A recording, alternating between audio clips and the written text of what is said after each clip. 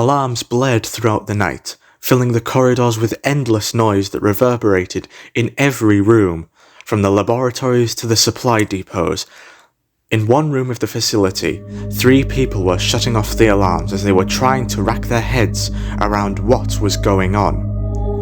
It is then they check their alert system and notice that their first layer of their planetary security had been triggered by what appeared to be an unexpected meteor shower that passed through, triggering the planetary security. All 3 of them, Cynthia, Raven, and Aba, were unsure how this happened, as all meteor showers were monitored hours before they would be anywhere close to the planet. Whatever this was, it was something that was not natural. Cynthia then checked the onboard cameras upon the satellites and began cycling through them all, and that was when they noticed an unsettling sight. The planet of Vanaheim was no longer where it should be, and upon checking the other cameras, all the other planets were there, except for Vanaheim. When they checked again to confirm what they were seeing, they noticed a field of rock floating where the planet should have been. Raven stared at the screen, pondering what any of this could mean, and that was when a giant shockwave rocked the entire citadel and what felt to be the whole planet, as seconds later, meteors began entering the planet's atmosphere and began crashing down. None of this was making any sense. How could a planet simply disappear? It is then that Aba proposed a wild theory. What if the rocks surrounding the planet that once was, and those that were now crashing down into the planet, were Vanaheim? Raven mocked this theory. Not only was it stupid, but it was outrageous to think that an entire planet would simply blow up and be rendered into nothing but floating rocks. But when Cynthia rewound the hours of footage that had been captured, Raven's opinion on the matter was completely shattered. There lay the planet of Vanaheim, ordinary from afar as is any planet.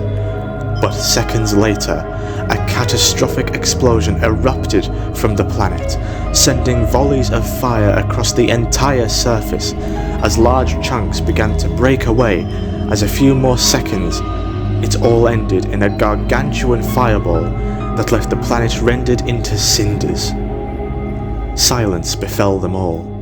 Raven asked to replay the footage over and over again, but each time he did, he would end up with more questions than answers.